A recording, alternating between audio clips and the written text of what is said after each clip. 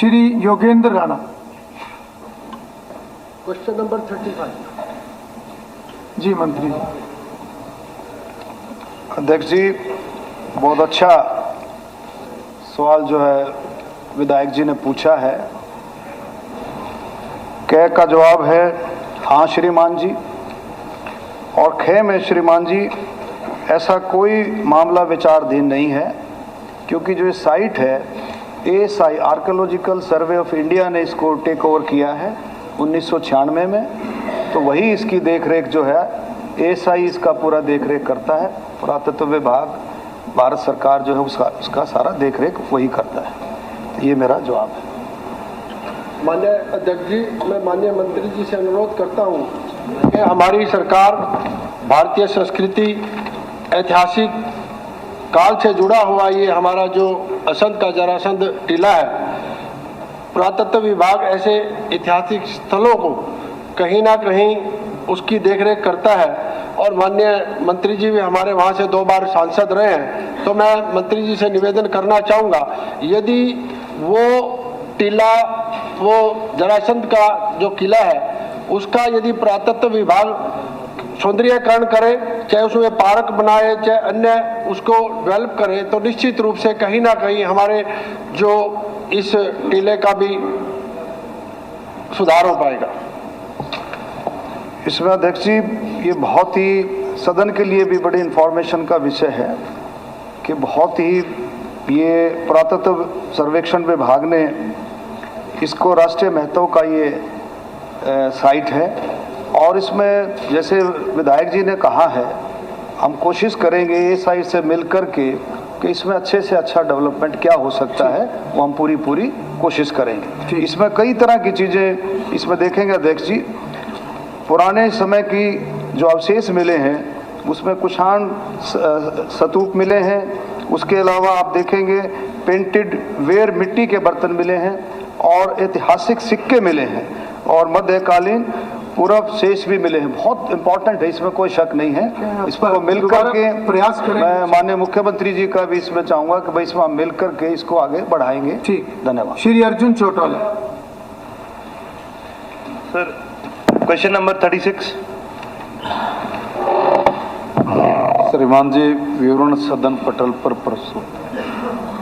अर्जुन जी। अध्यक्ष महोदय, पहले सवाल का तो जवाब मेरे को मिल चुका है। मेरा दूसरा जो सवाल था उसके अंदर ये था कि मर्ज होने के बाद जो स्कूल मर्ज करे गए हैं उनके अंदर क्या बढ़ोतरी हुई है स्टूडेंट्स के एनरोलमेंट की, ये मेरा सवाल था। जवाब में मेरे को जी ये मिला था कि भाई कितने स्कूल डीमर्ज कर दिए गए, तो डीमर्ज का नहीं चाह रहा मैं ये जानना चाह रहा हूँ जो स्कूल मर्ज करे गए हैं उनके अंदर एनरोलमेंट की क्या बढ़ोतरी हुई है, उनके अंदर क्या फर्क पड़ा एनरोलमेंट में। देखिए, जो मर्ज किए गए स्कूल थे उनमें से धीरे धीरे करके कुछ साथियों ने सरकार का सहयोग किया, बच्चों को प्रवेश दिलवाने की बात की, तो उनमें से 137 स्कूलों को हमने पुणे खोल दिया। मैं निवेदन सभी माननीय सदस्यों से ये भी करूँगा सर कि सरकार ने तमाम व्यवस्थाएं की हुई हैं, आप सब लोग भी इस बात की तरफ ध्यान दें कि ज़्यादा से ज़्यादा बच्चों का एडमिशन करवाने में वो मदद करे, ताकि कोई इस तरह की नौबत आए नहीं कि हमें किसी स्कूल का समायोजन किसी दूसरी जगह पे करना पड़े। इसलिए जिन स्कूलों में बढ़ोतरी हुई है, बच्चे आए हैं, हमने उनको पुनः खोला है, और 137 ऐसे स्कूल हैं जिनको हमने उसमें खोल दिया गया, उनमें प्रवेश चालू किए गए हैं।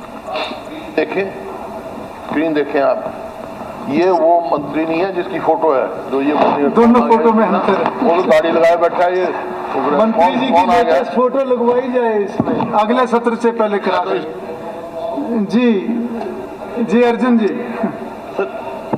ये तो मैं मंत्री जी की बात से सहमत हूँ कि सबको कोशिश करनी चाहिए ज्यादा से ज्यादा एडमिशन करें, लेकिन किसी का भी रूप ऐसे बदल गया हो तो लेटेस्ट फोटो भिजवाएं। जी अर्जुन जी। मेरा सवाल तो जी वही रहेगा कि जो स्कूल मर्ज करे गए हैं उनके अंदर बढ़ोतरी क्या हुई, मैं ये जानना चाहता हूँ। देखिए, जो बढ़ोतरी हुई है स्कूलों में उसमें